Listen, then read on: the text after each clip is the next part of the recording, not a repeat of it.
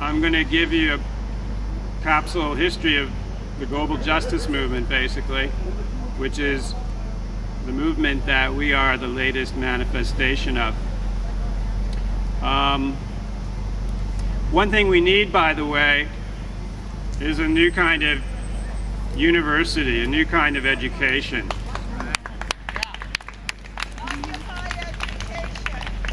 Occupy education before it occupies you. We have to be thinking about that, breaking that down. That's why, although I'm a reticent public speaker, I was delighted to be invited.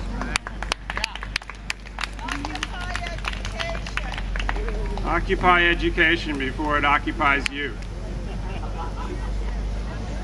We have to be thinking about that, breaking that down. That's why, although I'm a reticent public speaker, I was delighted to be invited to participate in a workshop, and I hope there are many, many more workshops here, because this is a different kind of school.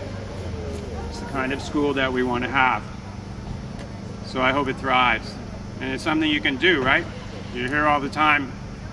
You might as well go to a different kind of school and learn some stuff. It's important to know our history, and that by our history I mean the history of movements like this, movements for global justice all over the world. And the history I'm talking about doesn't start in any particular place or any particular time. But for me, the big starting point, and there are others, many others, was on January 1st, 1994, the day that NAFTA, the North American Free Trade Agreement, went into effect, and the day that the Zapatistas rose up in Chiapas in southern Mexico. Yeah. It was not a coincidence. They knew what they were doing. And the Zapatistas are still there. They have not been stopped. And they have some very unique, maybe not so unique, but they may not seem so unique now because they're everywhere, ways of organizing which are very beautiful and striking. It's a very poetic movement, even as it's on the ground, literally grassroots movement that has suffered an incredible amount of repression, but is still there. And the Zapatista method is basically what we call now the General Assembly. They, I don't know they pioneered, but they certainly practiced the idea, what they call dar su palabra, that everybody should be able to have their word, to have their say.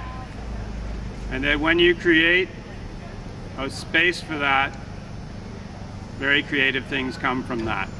Very strong and powerful and creative things come from that. And so we are in their debt.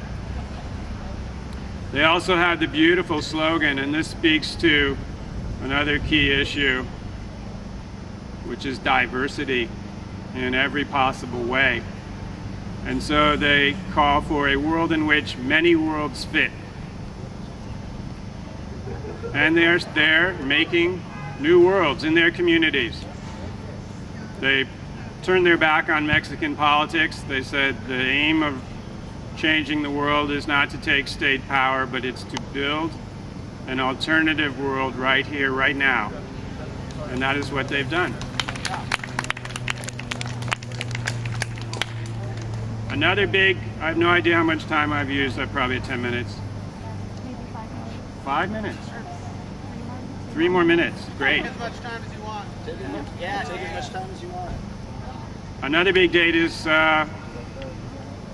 late November, early December 1999, when, again, it wasn't the founding of the global justice movement, as it's now one name for it is, but it was a very remarkable founding moment in which it came to visibility, and that was, of course, right here in the US, in Seattle, when the people shut down the meetings of the World Trade Organization.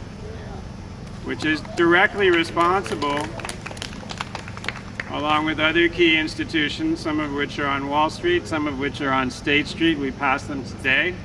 Some of which are in Geneva and other places, International Monetary Fund, the World Bank, all the big banks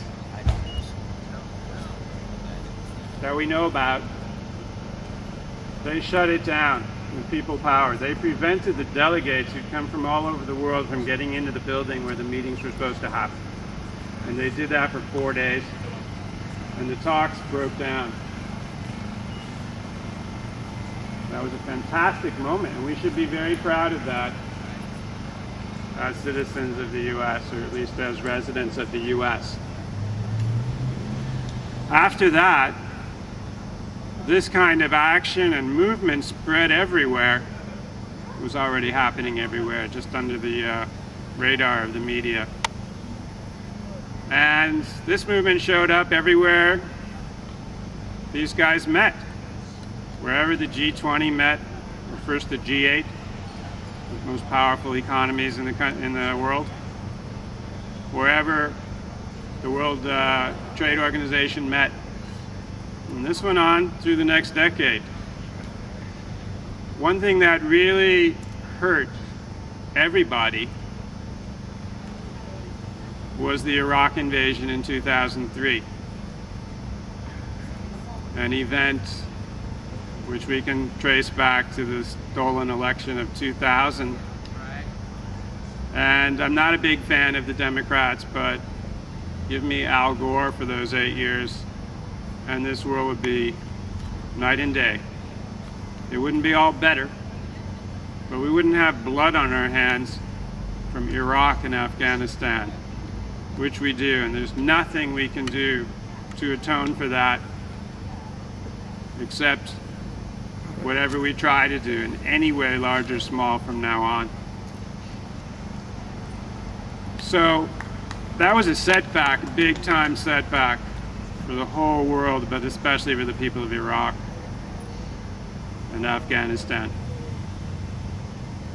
The ball was picked up, and most of us were not aware of it. Even I wasn't aware of it for a while. In Latin America, when actually starting in 1998, when Hugo Chavez was elected in Venezuela and started something called the Pink Tide, which was a series of elected left-of-center governments across Latin America. In Bolivia in 2005, the first indigenous president, Evo Morales, who has spoken out very eloquently in the UN forums on climate change. Across Latin America, Uruguay, Paraguay, Argentina, Brazil, El Salvador, Chile,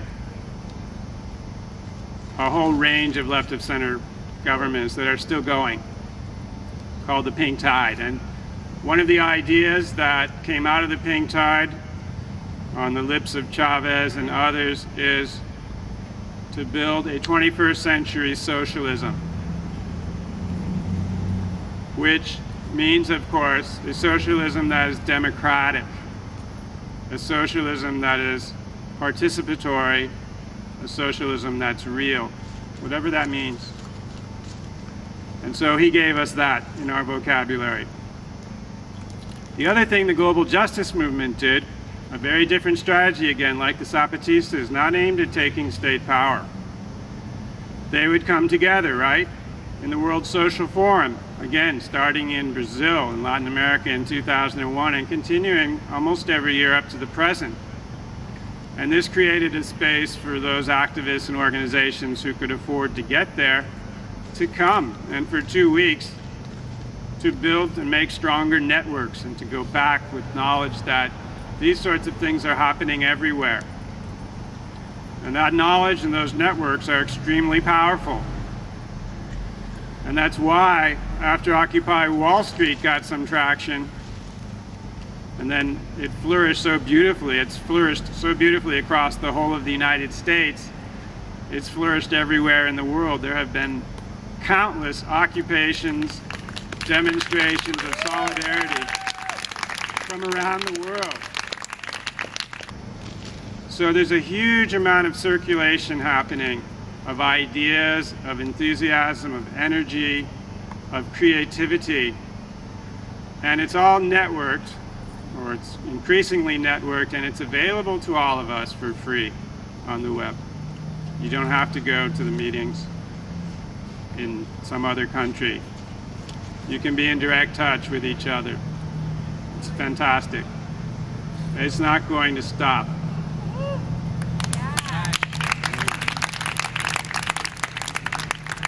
Two more dates before I stop. 2009, the birth of the global climate justice movement in Copenhagen at the UN meetings on climate. And again, it's not the actual birth, because there have been so many climate justice movements everywhere. But they came together in Copenhagen and they conducted a 2-week alternative summit outside the UN negotiating halls, where really nothing was happening, led by the US, one big nothing. And they came away from these meetings inspired by their potential, as I'm inspired by it. And again, as I come back and speak my delight that Occupy Wall Street is onto it as well. Everything is connected. Everything makes everything else worse until we all make it better. The other big date, well, 2011, the whole year. What a year. I've studied revolutions for about 30 years, and 2011 is going to go down in history, if we have a history. We are all here long enough, as one of the most revolutionary years, perhaps the most profoundly revolutionary year in the history of the world state. It's absolutely astonishing. None of it predicted, none of it foreseen, and yet it happened. Tunisia, Egypt, other parts of the Middle East where it seemed impossible to get rid of dictators. It has happened and will continue to happen.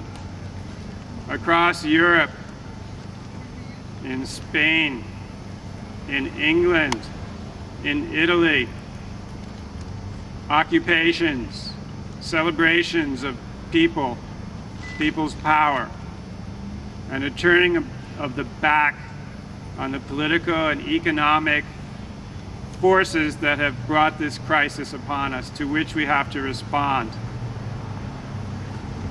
And now, Occupy Wall Street, not much more than a month old, has grown beyond anyone's imagination, and it's not stopped again. We really need imagination to think where this can go, and I know that imagination is not in short supply.